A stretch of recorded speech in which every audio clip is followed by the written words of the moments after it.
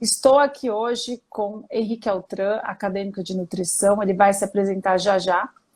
E agradeço desde já seu tempo, Henrique. E a gente vai falar sobre um assunto importante, que é a frutose, porque todas as pessoas precisam saber que os carboidratos não são todos iguais. Então a gente vai falar do pior hoje. Então, antes de deixar a palavra para o Henrique, eu vou só ler alguns recados.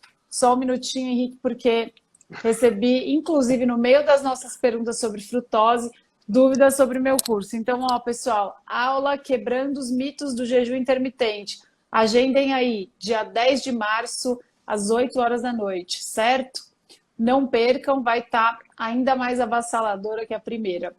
E para quem tem dúvida do curso, é lá que eu vou abrir a caixinha para as vendas. Então, não percam essa aula. Então, agora, pessoal, eu vou deixar o Henrique falar um pouquinho sobre ele e como que ele chegou até aqui, o que instiga o Henrique a ser uma pessoa como essa, que faz diferença nesse mundo. Então, Henrique, seja muito bem-vindo. Me conta um pouquinho sobre você, se apresenta para o meu público. Bom, obrigado, Maíra, pelo convite. Eu sou Henrique Altran, eu estou em Fortaleza, no Ceará, né, no nordeste do Brasil, terrinha bem quente, boa. E eu comecei a minha carreira, vamos dizer assim, científica, né, muito cedo. Eu sempre gostei muito dessa parte de bicho, de planta. Então, quando eu tinha 8 anos de idade, a professora passou um trabalho para a gente dar uma aula sobre qualquer tema que a gente quisesse. Uma aula que era para ser de 15 minutos se transformou numa aula de 45 minutos, né? Falei demais, era sobre insetos, eu fiquei assim super animado. E essa é a minha memória mais antiga que tem desse trabalho, né? De gostar de falar em público, de gostar de explicar. Na sexta série eu tive acesso, tive a oportunidade de conhecer um grande professor de biologia, inclusive hoje é o aniversário dele. E eu, assim, me apaixonei ainda mais pela biologia em si. Foi minha primeira graduação, foi quando eu comecei a entender um pouco mais de estudos e de ensaios clínicos e tudo mais. E nutrição acabou caindo para mim de uma maneira bem inesperada. Acabei me tornando representante de uma empresa de suplementos nutricionais em 1995, né? E eu, paralelamente a isso, eu era professor de biologia. E dentro dessa empresa a gente acaba estudando um pouco de nutrição e tudo mais, uma proposta bem tradicional, né? Ainda 55% de carboidrato, gordura saturada faz mal e aquela coisa toda que a gente já sabe. Mas foi muito interessante porque me abriu os caminhos para essa questão da nutrição, né? Em 2017, depois de 2 anos sendo vegetariano, foi 2 anos sendo vegetariano. Gente, que legal.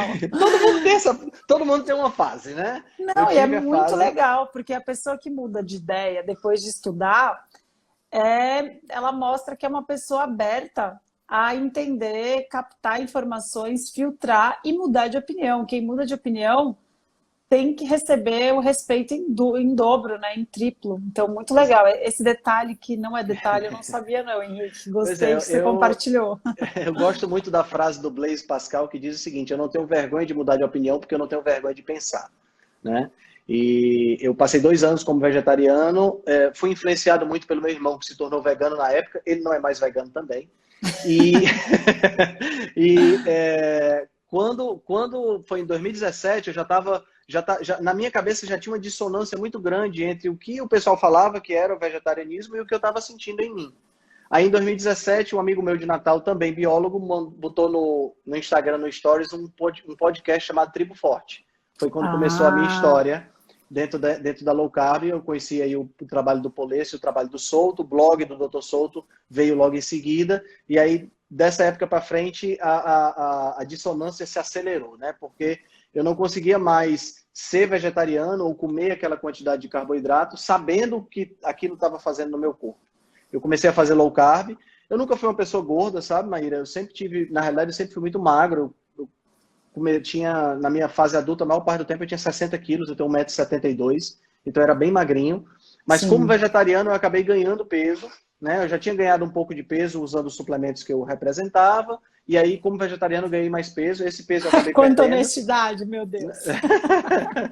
eu acabei perdendo peso, e eu hoje tenho 75 quilos, eu cheguei a 81 quilos, baixei para 70, no início da low carb, e aí com o trabalho de musculação e o trabalho de ganho de massa magra, eu consegui chegar em 75, né? É interessante isso, porque o pessoal acha que cetogênica não ganha massa magra, né? Pois é. Mas eu não posso, não me arrisco a dizer que estou em cetose desde 2018, porque a gente tem umas quebradinhas de vez em quando que são Lógico. naturais, mas assim, eu mantenho um perfil cetogênico na minha alimentação. Desde 2019, principalmente meio do ano de 2019, eu tenho uma alimentação bem mais animal-based, bem mais focada em alimentos de origem animal. E hoje estou aqui. Eu tenho 46 anos de idade e me sinto melhor do que o que eu estava com 20, né? E muita E é isso energia, que muita importa, né? disposição. Sim, sim. Os Eu sempre nossos gostei níveis de muito de energia. estudar, né? E foi a partir daí que eu comecei a entender um pouco mais essa questão dos estudos de uma maneira geral, porque na biologia, Maíra, todo ensaio é um ensaio clínico randomizado. Entendeu? Porque você trabalha com bicho, você trabalha com Lógico, é muito serpente, mais você trabalha fácil, com né? ratinho, você trabalha com macaco, então é muito mais fácil, né? Já na nutrição, você tem esse viés que Precisa você interpretar, né, precisa Henrique? interpretar. E gente assim, gente é um bicho muito interessante, né? Porque Muito. você pega 30 pessoas, faz a mesma coisa com as 30 pessoas e você tem 30 respostas individuais totalmente diferentes, né? Então, isso é que torna, talvez, a nutrição tão desafiadora e, ao mesmo tempo, tão interessante para a gente poder entender como é que essa máquina maravilhosa funciona, né? Com certeza. E, pessoal, o Henrique não está aqui à toa. Ele explica muito bem. E o objetivo dessa live é a gente falar justamente sobre frutose de uma maneira acessível. Eu abri uma caixinha de perguntas logo antes da gente começar essa live, Henrique, e as dúvidas são super básicas. Então, a gente vai tentar conversar com vocês numa ordem bem didática para vocês entenderem que frutose a gente tem como evitar. Não é uma dose pequenininha que vai te matar. Lembra da dose faz o veneno. Então, a gente vai falar aqui que com um pouquinho de bom senso e informação, a gente consegue fazer uma mudança muito boa para a saúde. E não precisa ser zero frutose. Basta você entender o conceito. Então, a gente vai falar sobre isso. Henrique, a primeira coisa que eu acho legal a gente falar é assim, por que será que a gente gosta tanto do sabor doce? Tem alguma explicação evolutiva? Por que será que a gente gosta do sabor doce? Tem alguma utilidade a gente gostar desse doce? Serve para alguma coisa a frutose, assim, É, do nosso funcionamento? essa talvez seja a primeira pergunta e é a pergunta mais importante da gente responder para poder entender o que é que acontece hoje, né? E, Maíra, essa é uma das lacunas que eu vejo na faculdade de nutrição. Não há uma formação em evolução. Então, a gente sai de lá achando que a gente é assim. Por exemplo, eu nasci em 1975. De 75 para cá, comer de 3 em 3 horas sempre foi a realidade, né? Então, as pessoas acham que comer de 3 em 3 horas é o normal, né? E que é normal comer carboidrato de 50 e tantos por cento, tudo mais. Então, quando você entende a evolução, você começa a entender que não é bem dessa forma, porque nós somos muito parecidos com o que nós éramos há 300 mil anos atrás, aproximadamente quando surgiu o gênero Homo sapiens, a espécie Homo sapiens, né? O gênero Homo já tem 2 milhões de anos de existência. Então, nessa época, né, a gente tinha uma alternância entre abundância e escassez que era ditada pela natureza. Nós não tínhamos ainda agricultura como a nossa fonte de alimentação, né? A gente ainda não criava animais, nós dependíamos da caça e da coleta, principalmente da caça, mas a coleta quando a caça falhava.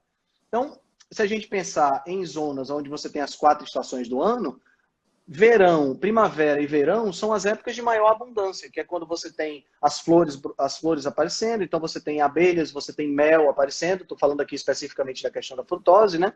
E no verão você tem a colheita, você tem a sazonalidade e a colheita e a possibilidade de ter aí frutos em abundância para você coletar. Sempre levando em consideração que aquele indivíduo que estava vivendo naquela época era um indivíduo que não tinha abundância alimentar todos os dias. Ele não tinha micro-ondas, ele não tinha geladeira, né? Então, toda essa abundância alimentar demandava um esforço físico e um esforço mental para encontrar, né? Para encontrar aquela comida, para caçar aquele animal. Depois da primavera e do verão, Maíra, vinha o quê? Vinha o outono e o inverno.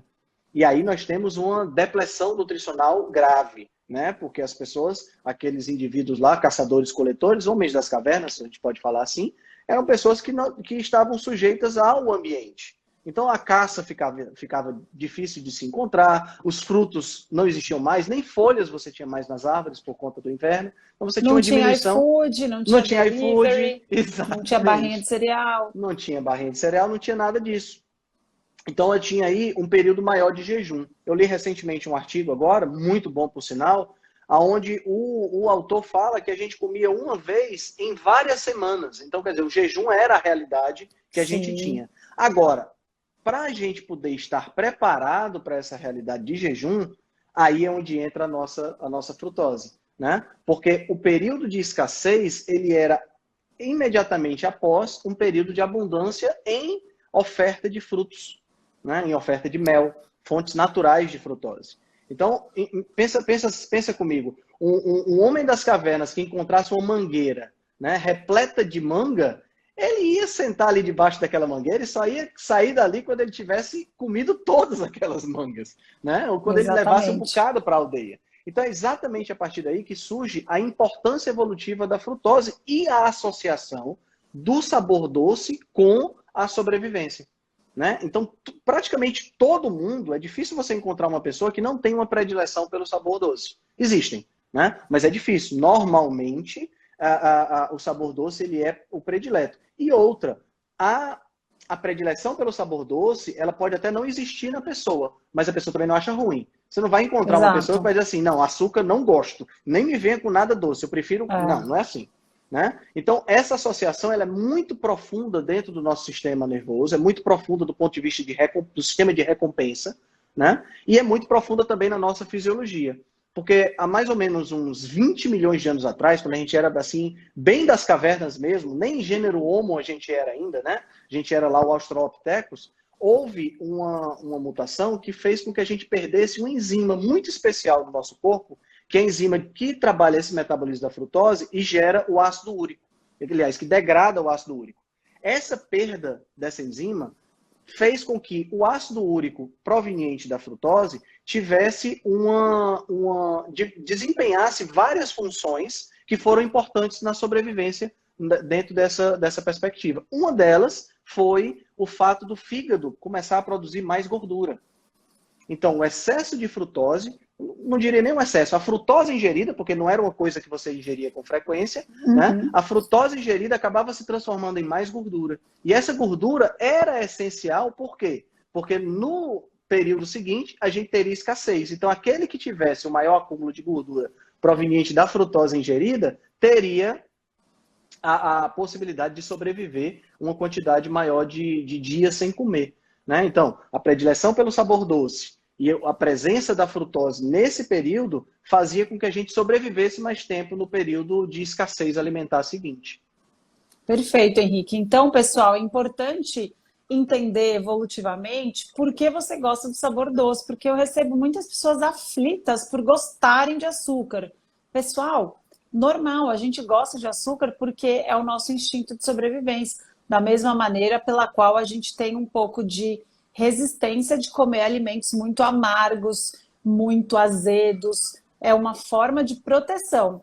Então, depois que você entendeu que é normal gostar de doce e que a frutose desempenha um papel interessante de aumentar aquela proteção, aquele preparo para o inverno, você já pode entender que isso é normal e isso é da nossa natureza. O que mudou de lá para cá é que antes a gente tinha o inverno e ele chegava todo ano.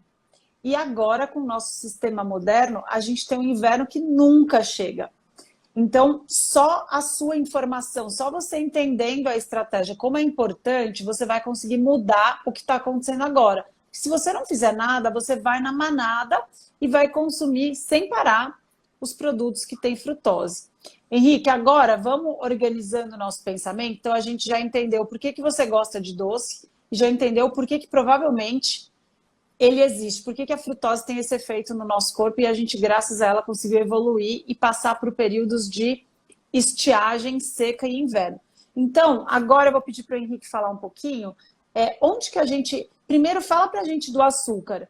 O que é composto o açúcar união, onde a gente coloca colocava, né, pessoal? Porque quem me segue não Isso. coloca mais açúcar no café. Mas vamos fingir que você fazia isso no passado. Então vamos entender o que que tem naquele açúcar branquinho do açucareiro quando a gente joga no café. Ótimo, ótima pergunta. Queria só reforçar uma coisa que você falou em relação ao sabor amargo e o sabor azedo. Eles estão ligados diretamente à defesa, né? Não é à toa que o nariz está perto, não é à toa que o nariz está perto da boca, né?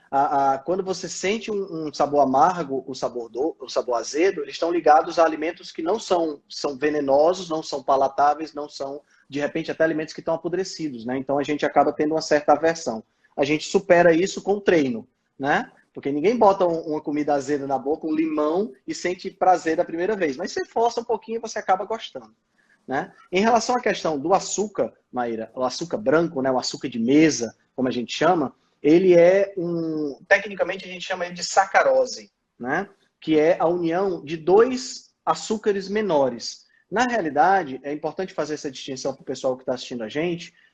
Quando a gente fala em carboidrato ou hidratos de carbono, né, nos livros de bioquímica, principalmente nos originais em inglês, eles usam muito a palavra sugar também, que é o açúcar, né? Isso faz confundir, né? Isso faz uma confusão muito grande. Para nós aqui, a gente vai trabalhar com o açúcar como sendo o açúcar branco, açúcar de mesa, a sacarose, tá?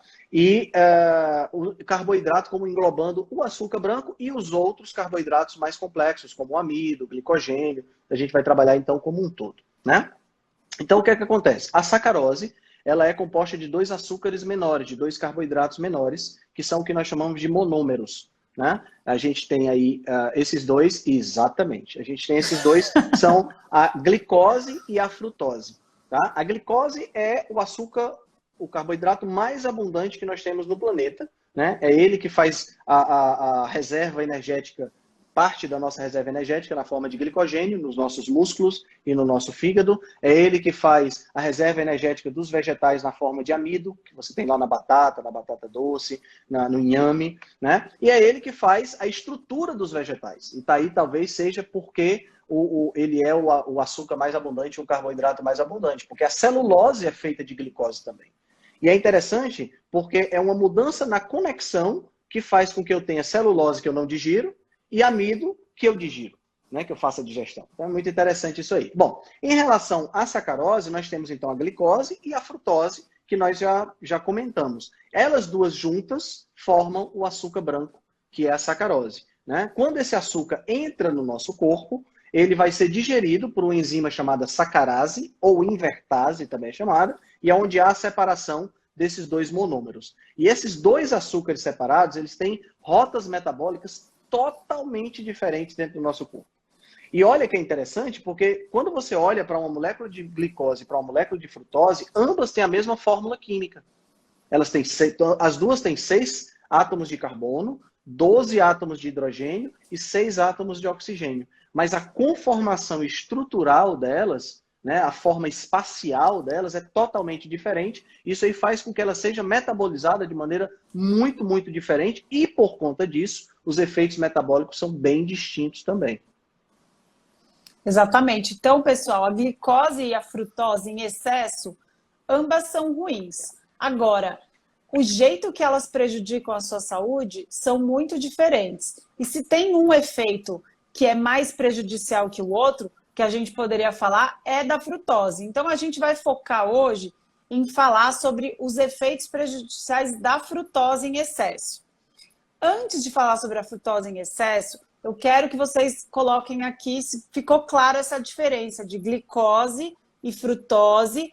A junção deles forma o açúcar. Então, o açúcar que você toma no café, ele tem um pouquinho de cada um desses monômeros menores. Eu quero saber se vocês entenderam dessa maneira. E o Henrique vai falar para a gente agora onde a gente encontra mais frutose. Em quais alimentos que a gente encontra mais frutose do que glicose? Perfeito. A sacarose, né, o açúcar que a gente tem na mesa, que a gente usa, o açúcar branco, que a gente usa não, que as pessoas usam, a gente não usa, ele é composto 50% frutose e 50% glicose, né? Foi desenvolvido na década de 70 para 80 o xarope de frutose, xarope de milho rico em frutose, né, que é o High Fructose Corn Syrup. Esse xarope, que é usado na indústria dos refrigerantes, que é usado para adoçar, ele é 55% frutose. Então, ele tem uma concentração maior de frutose do que a glicose. Nós vamos encontrar uma concentração muito alta de frutose também no mel. Isso vai depender, claro, da origem desse mel, qual foi a florada que foi utilizada. E as frutas, elas possuem sempre uma combinação entre sacarose, glicose isolada e frutose isolada. Isso vai variar de alimento para alimento. Tem alguns aqui que eu separei, né, para ver, por exemplo, a maçã. A maçã, ela tem 6 a 8% de frutose, 1 a 4% de glicose e 1 a 5% de sacarose. Então, você vê que ela tem mais frutose do que sacarose. Quando você pega, por exemplo, deixa eu ver aqui, o suco de maçã, tem mais ou menos a mesma proporção, né? A banana. Vamos falar sobre isso. Né? A banana tem de 2 a 4% de frutose isolada, 3 a 6% de glicose isolada e 6 a 14% de sacarose. Então, a banana vai ter muito mais sacarose. Vale a pena ressaltar uma coisa interessante, Maíra, que a frutose ela é quase 2 vezes mais doce do que o açúcar de mesa. Então, quanto mais frutose você tiver, mais doce vai ser aquilo que você vai estar ingerindo.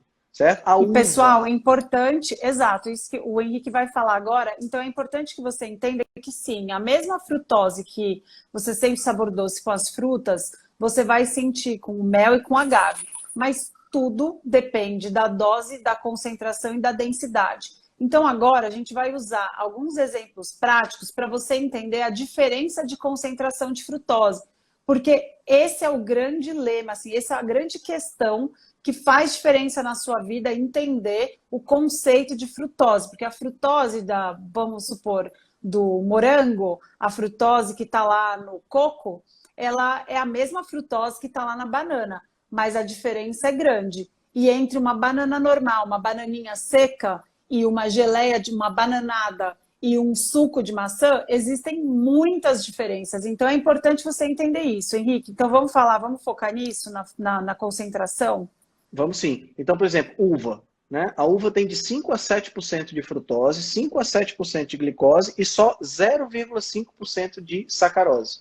Então, olha que interessante. Quando você está comendo lá a uva, que está sentindo aquele sabor docinho, você está comendo muito mais frutose do que açúcar de mesa mesmo. Né? Então, isso é interessante porque é das frutas que tem uma concentração maior de frutose. Se a gente pegar, por exemplo, a laranja, e aqui eu queria fazer um paralelo exatamente isso que você falou. Se você pegar a laranja, você tem 2 a 3% de frutose, 2 a 3% de glicose e 4 a 7% de sacarose. Quando você pega o suco de laranja, aí a coisa já muda de figura. Porque você vai ter até a possibilidade de ter até 6% de frutose. Então você quase dobra a quantidade de frutose quando você faz o suco de laranja. E se a gente pensar em termos de quantidade, é ainda muito pior. Porque são raras as pessoas que vão comer 3, 4 laranjas. Mas 3, 4 laranjas espremidas dá um copo de suco. Que geladinho, no calor, entra rapidinho na boca, a gente toma e Sabe mata a pergunta que eu faço no meu curso? Eu falo assim, pessoal, vocês comeriam 17 bananas de uma vez só? Aí todo mundo fala não, de jeito nenhum. Só que aquele pacotinho de bananinha seca, bananinha passa, sabe quantas bananinhas vem naquele tijolinho? 17.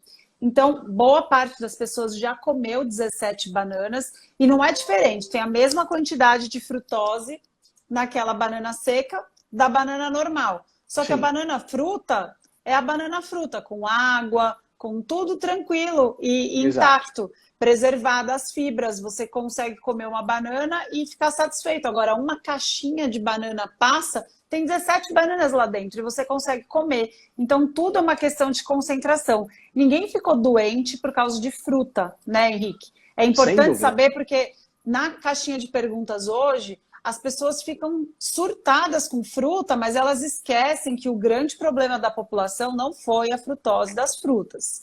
É que junto com essa cultura de falar, fruta é saudável, coma 5 porções por dia e tome sucos e tudo colorido e tal. A gente foi junto com essa ideologia que frutose é tranquilo, a gente foi incluindo frutose em tudo que existe, né? Exato. Então vamos falar sobre isso. O mel, por exemplo, Maíra, para concluir essa parte dos exemplos, a gente tem 41% de frutose, 34% de glicose e só 2% de sacarose. Então, o que menos tem no mel é o açúcar branco que a gente tem né? E tem muita frutose, 41% de frutose contra só 34%. Então, só para o pessoal ter uma noção de onde vem essa frutose. Você tocou num ponto muito importante, que é exatamente essa questão de não é a fruta, né, você comer uma banana ou você comer uma maçã que vai adoecer. O grande problema é que, aliado a isso, a gente recebeu muitas outras recomendações. E uma delas foi exatamente essa questão do suco, por exemplo. Né? Foi a forma como a fruta passou a se apresentar para a gente. Né? É a banana in natura, é a banana seca. Né? É a uva in natura, é a uva passa. Suco de uva Suco de integral, uva natural. integral, natural, sem conservante. Cada 200 ml você tem quase 40 gramas de carboidrato lá dentro, dos quais a gente viu aqui que a maior parte é sacarose e frutose. Então, quer dizer, aliás, é frutose e glicose. Então, a gente acabou sendo exposto a uma quantidade muito grande de frutose, né? E essa frutose líquida de rápida absorção não veio, e o pior, não veio só através do suco de fruta, veio através também de outros mecanismos. Por exemplo, eu quando era criança, eu gostava de tomar café com açúcar. O meu café, na realidade, não era café com açúcar que eu tomava açúcar com café, que sobrava aquele açúcarinha no final, de tanto que eu usava. Tá entendendo? Então, quer dizer, a gente foi educado achando que o açúcar era algo que não tinha problema. E lembre, 50% desse açúcar é frutose. E aqui eu acho que vale a pena a gente comentar, Maíra, que enquanto a glicose, né, que é uma das partes do açúcar branco, é metabolizada no corpo todo, e nós temos aí o músculo como sendo um dreno para essa glicose, se você pratica atividade física, essa glicose é chupada para dentro do músculo, né? A frutose não é metabolizada dessa forma. Né? O intestino tem um pequeno limiar de metabolismo da frutose, mas quando esse limiar é superado, tudo vai para o fígado. É o fígado quem tem que mexer na frutose, quem tem que direcionar, metabolizar, transformar em gordura e tudo mais. Então você está sobrecarregando um órgão. Não é à toa que os estudos mostram que quando você restringe a frutose, a esteatose hepática some rapidinho. Né? Então, traduzindo para quem não sabe ainda o que é esteatose hepática, gordura no fígado. Sabe aquela expressão que todo mundo fala assim, ah, não pode comer proteína, sobrecarrega o rim? Então, substitui essa expressão aí, que é errônea, substitui por, olha, não pode caprichar no açúcar, porque sobrecarrega o seu fígado. E o seu fígado sofre silencioso até que realmente o negócio fica preto. Então, você precisa realmente, se você tem esteatose hepática que está nos assistindo, saiba que evitar frutose deve estar no top 1 dos seus objetivos se você também não consumir álcool, porque aí senão é uma dupla estratégia obrigatória. Exatamente. Então, se você hoje tem o seu metabolismo em ordem, né, não é uma maçã ou uma banana que você comer que vai desregular esse metabolismo. O problema é que as pessoas elas querem fazer as mesmas recomendações das pessoas saudáveis para as pessoas que estão doentes. Não dá. Uma pessoa que está com gordura no fígado, esteatose hepática, que está com síndrome metabólica, né, que já está com obesidade central, né, que é aquela obesidade visceral, que já está com os lipídios desregulados, que está com hipertensão, o ácido úrico elevado, essa pessoa não pode receber a mesma recomendação que uma pessoa que está saudável. Essa pessoa que está doente, que o metabolismo está quebrado, ela precisa ter algum tipo de restrição, porque a frutose está agravando esse caso, entendeu? E o que acontece, Maíra, é que o benefício que as outras partes da fruta vai trazer, os fitoquímicos, os antioxidantes, as vitaminas e os minerais, para essa pessoa que já está doente, eles são menores do que os malefícios da frutose que ela está ingerindo. Né? É o que o Vini falou aqui, de estado fisiológico da pessoa. Se o estado fisiológico daquela pessoa é um estado debilitado, ela está com o metabolismo dela quebrado, precisa haver essa restrição para consertar isso. Quem sabe no futuro ela consiga voltar a ingerir frutas sem nenhum problema. Mas nesse momento pode ser que seja necessário restringir. E isso, infelizmente, não entra na cabeça dos meus colegas, né? Então, e aí sabe o que é um problema, pessoal? Eu recebi nessas caixinhas de pergunta muitas, na verdade foram 4, você acredita, Henrique? De pessoas diabéticas que perguntaram, a variação da pergunta foi mais ou menos essa, mas a banana estava em todas. Ah, eu sou diabético, a banana com amendoim pode? A banana com mel pode? A banana com aveia pode de pré-treino? Então, pessoal, essas recomendações de fruta, elas não são generalizáveis para todo mundo. Mas o que você precisa entender, isso como diabético eu preciso responder. Um diabético tipo 2, ele precisa, como número 1 de função dele, reverter a resistência insulínica. Exatamente. E a frutose, de todos os estudos que a gente vê, a frutose é jogar gasolina na fogueira da sua resistência insulínica. Quanto mais frutose, você está piorando a sua doença. Engordando ou não, você não está enxergando, mas você está aumentando a ordem para o seu fígado de gerar mais gordura lá. A gente chama isso de lipogênese de novo, é tipo PLUF, transformar glicose em gordura. A gente consegue. E na resistência insulínica, esse processo está muito acelerado. Então, é muito importante que se você é diabético e está assistindo aqui, você tem que entender que frutose precisa ser assim, muito reduzida na sua vida. Então, você vai tirar o açúcar das bebidas, você vai tirar o açúcar da geleia, você vai tirar o açúcar concentrado do mel, do agave, você vai tirar o açúcar das frutas secas. Perguntaram aqui quais frutas secas não são boas. Nenhuma fruta seca é boa porque ela é concentrada, não é só a banana. Então, você vai tirar a frutose que está concentrada e aí, se você puder escolher entre todas as frutas, você vai escolher as que têm menos frutose ainda, porque para o diabético especificamente, apesar da frutose não aumentar a sua glicemia quando você pica o dedo, ela piora a sua resistência insulínica. A frutose, ó, ela faz silêncio na sua glicemia.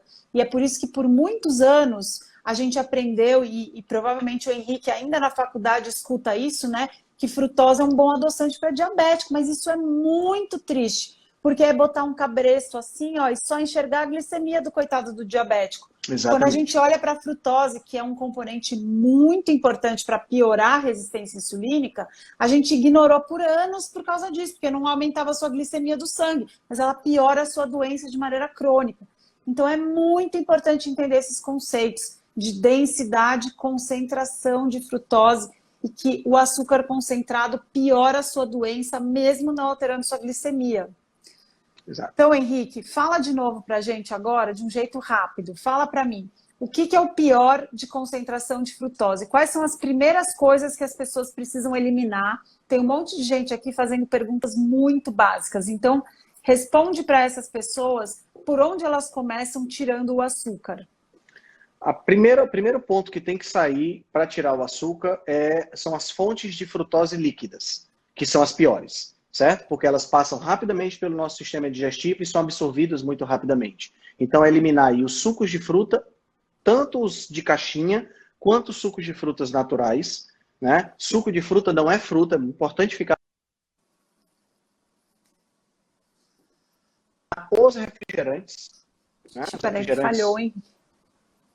Tá Ó, você falou do suco de fruta e falhou. Então, continua a partir do suco de fruta. Suco de fruta. Né? Então, eliminar o suco de fruta. É bom lembrar que suco de fruta não é fruta.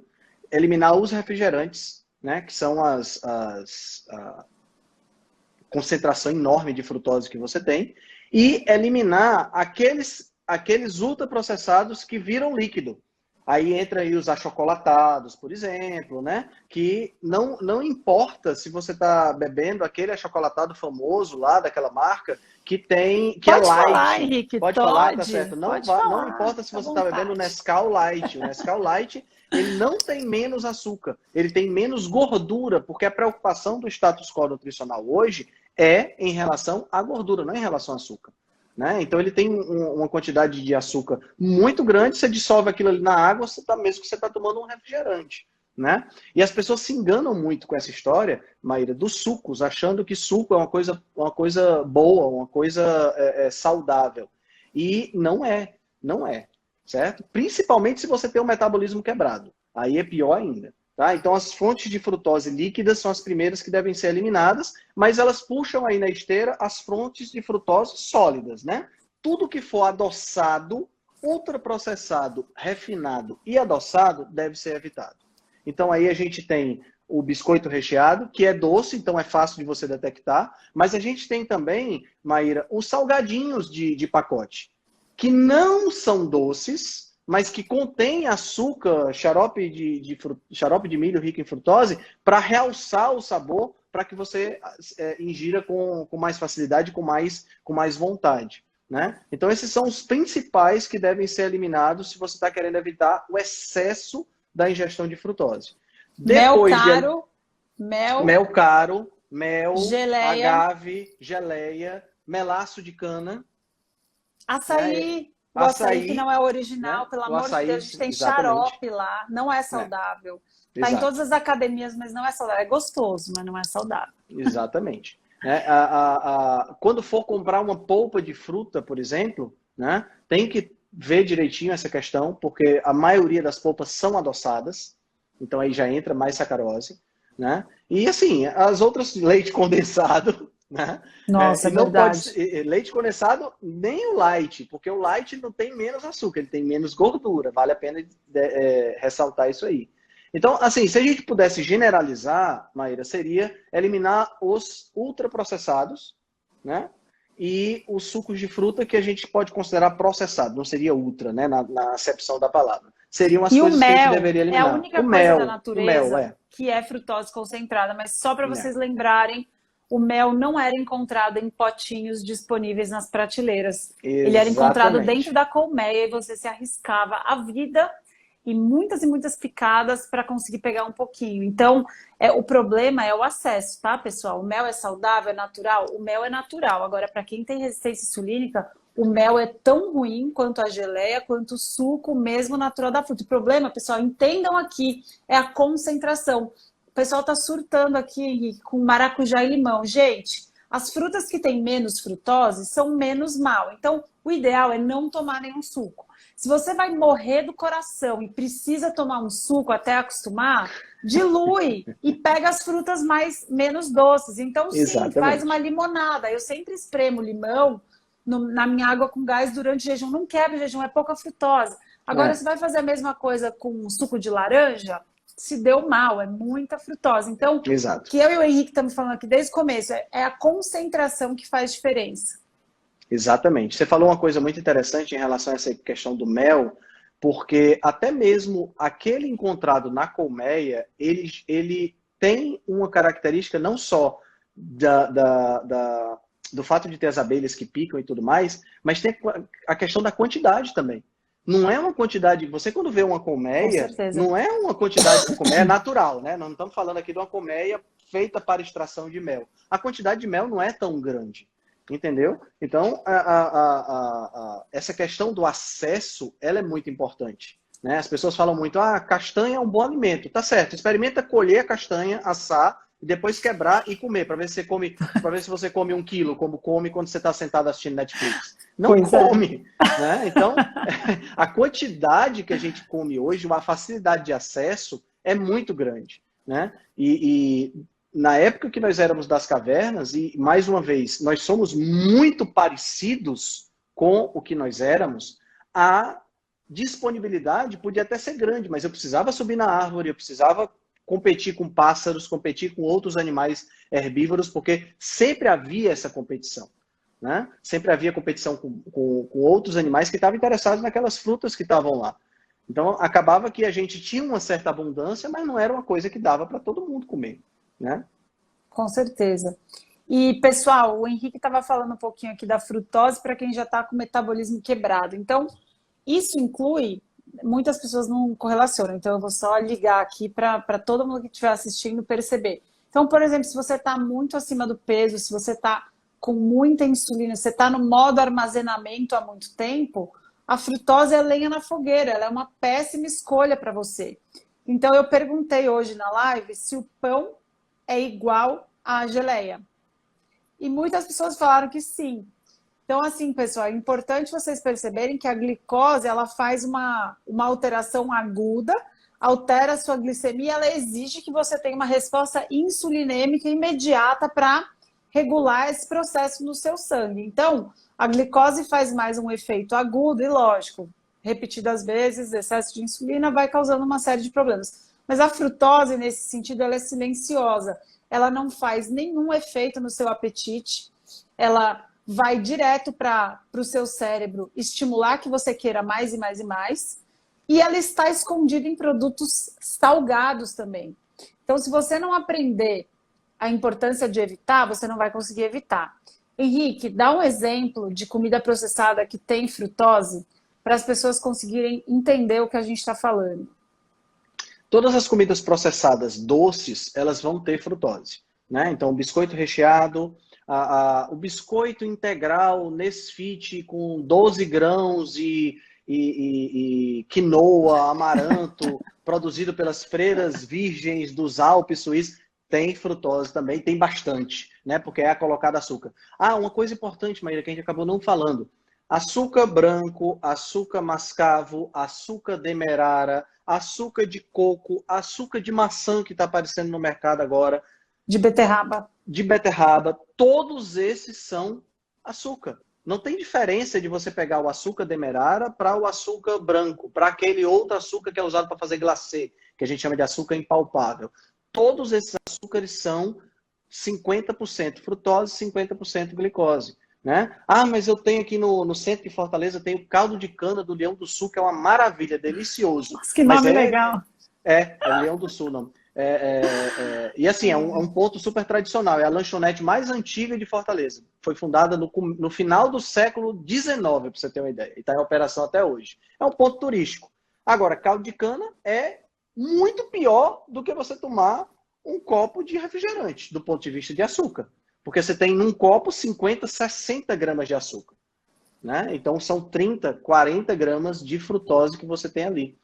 Agora, dos ultraprocessados, é importante a gente entender que muitas vezes o açúcar, e aí entra a frutose, é incorporado como realçador de sabor.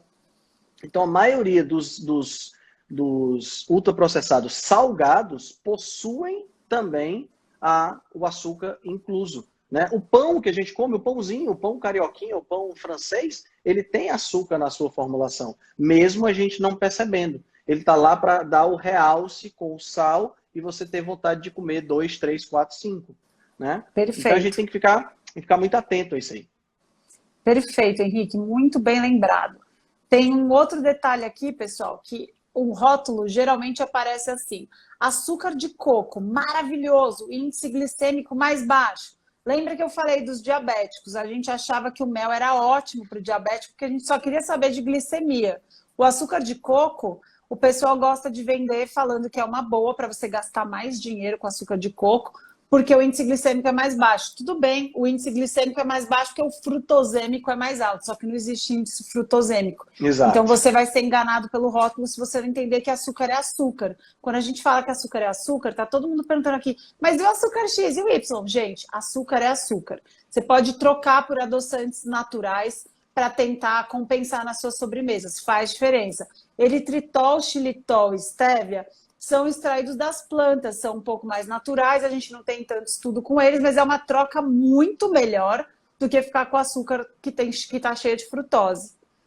Então, isso é uma troca interessante de fazer, né, Henrique?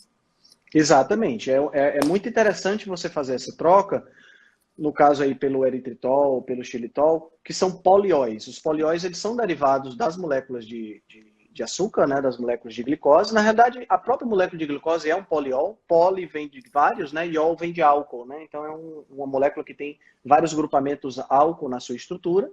E vale a pena ressaltar, Maíra, que de todos esses, o eritritol parece ser o mais interessante, porque 90% dele é eliminado através da urina, então aparentemente ele realmente não tem nenhuma caloria, então pode ser muito interessante. O xilitol, ele já tem 2,4 calorias por grama, então para aquela pessoa que está querendo perder peso, talvez não seja interessante. E vale a pena também a gente falar do maltitol, que como o próprio nome está dizendo, mal, ele é mal, né? Ele não é bom.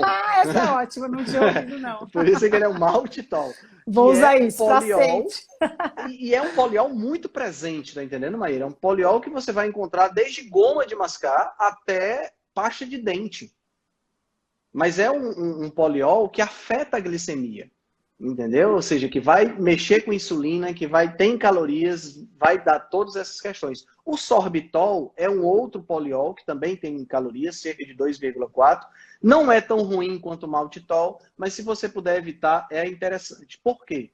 Dentro do nosso corpo existe uma rota metabólica chamada rota do sorbitol. E nessa rota metabólica, a glicose ela é transformada em sorbitol e o sorbitol transformado em frutose. Então, se você consome muito sorbitol, esse excesso de sorbitol pode ser transformado em frutose dentro do nosso corpo, e isso é um problema.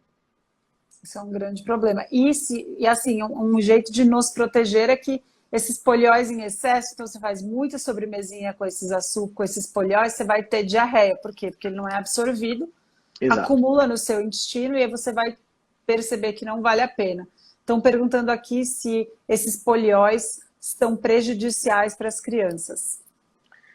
Esse é um ponto que normalmente as pessoas me perguntam e a gente não tem estudos de longo prazo com esses. Na verdade, nós não temos estudo de longo prazo com nenhum adoçante, né? Principalmente em crianças.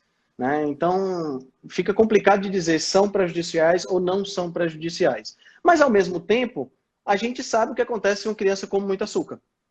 Então, Exatamente. o que é que eu faria se eu estivesse no lugar de um pai? Que foi o que eu fiz com os meus filhos durante todo o processo, todo o período de infância, até que meu filho mais velho tem 15 anos. Saiu, começou a andar com os amigos, a gente perde um pouco do controle. Mas enquanto ele estava sob o meu controle, o que é que eu fiz? Eu eliminei o sabor doce artificial da alimentação deles. O sabor doce vinha de onde? Vinha de uma banana, vinha de uma maçã, porque eles são crianças saudáveis, no peso ideal, então não tem problema restringir, não vou restringir isso. Mas eu não coloquei nem açúcar e nem adoçante para os meus filhos. Eu, vou ser sincera, eu dou os meus docinhos low carb para meus filhos.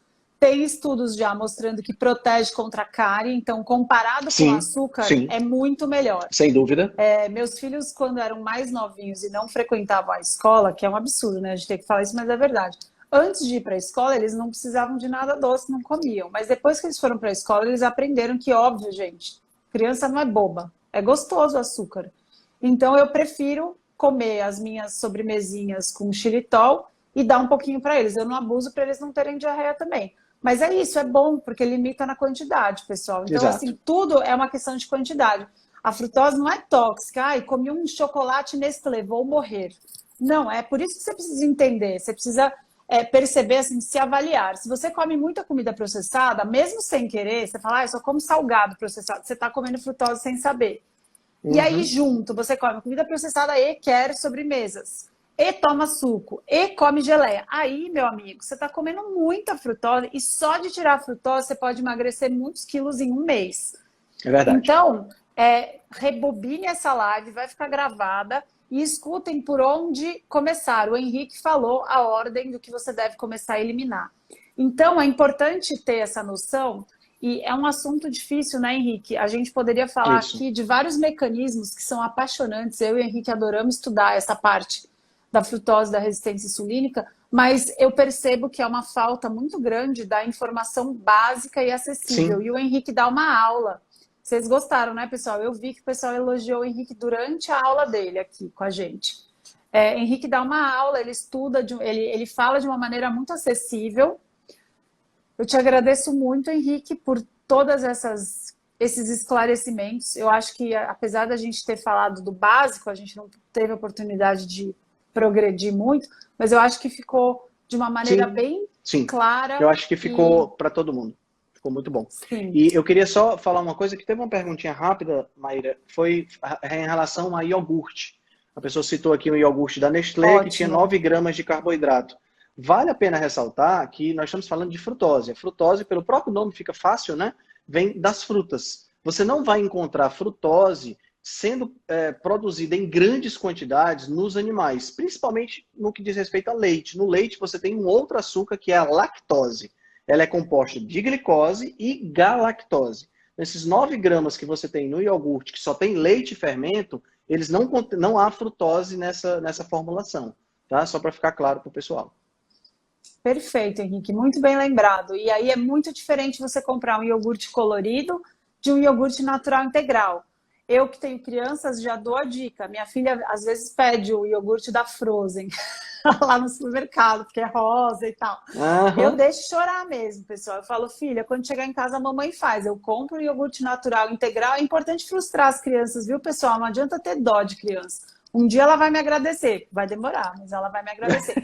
Aí eu chego em casa, bato o iogurte natural integral com meia xícara de frutas vermelhas congeladas. Ainda deixo ela escolher, ela pega o mirtilinho, o moranguinho e tal, ela se diverte. Ela que aperta o negócio do liquidificador, ela se diverte, ela toma o negócio com a quantidade de frutose que eu regulei das frutas e não tem mais nada lá. Então é muito diferente você comprar o iogurte cor-de-rosa de fazer o seu.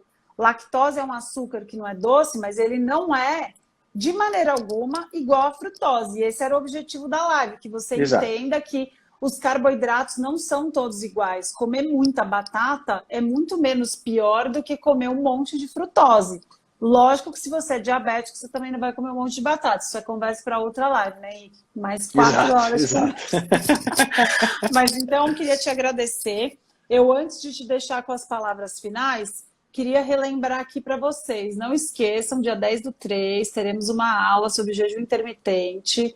Vou falar quebrando os mitos do jejum. Até para quem já assistiu a primeira, assistam que vai ter novidades.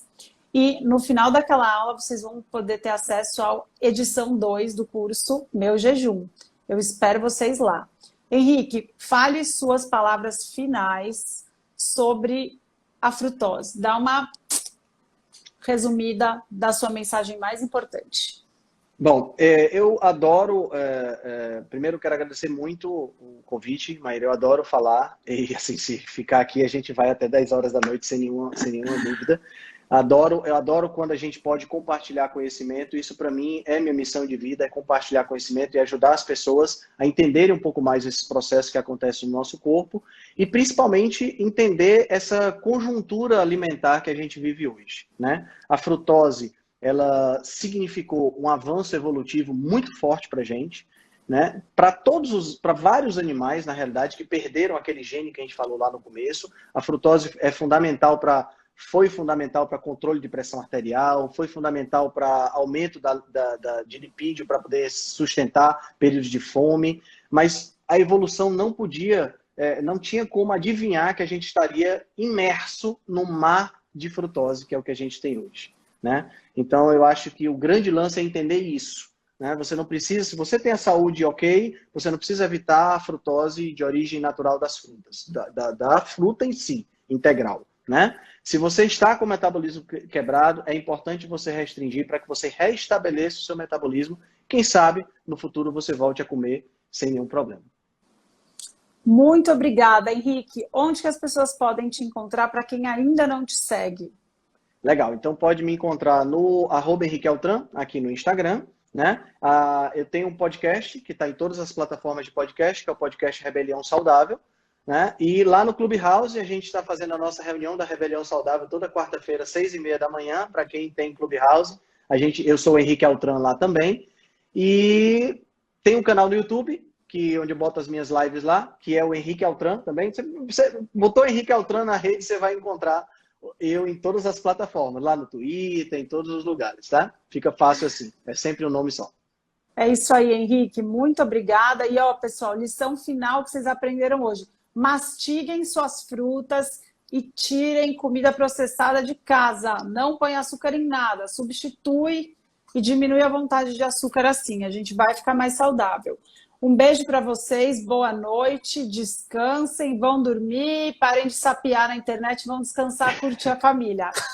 Boa noite, Obrigada, pessoal. Henrique. Tchau, Maíra. Tchau, Abração. tchau. Tchau, tchau.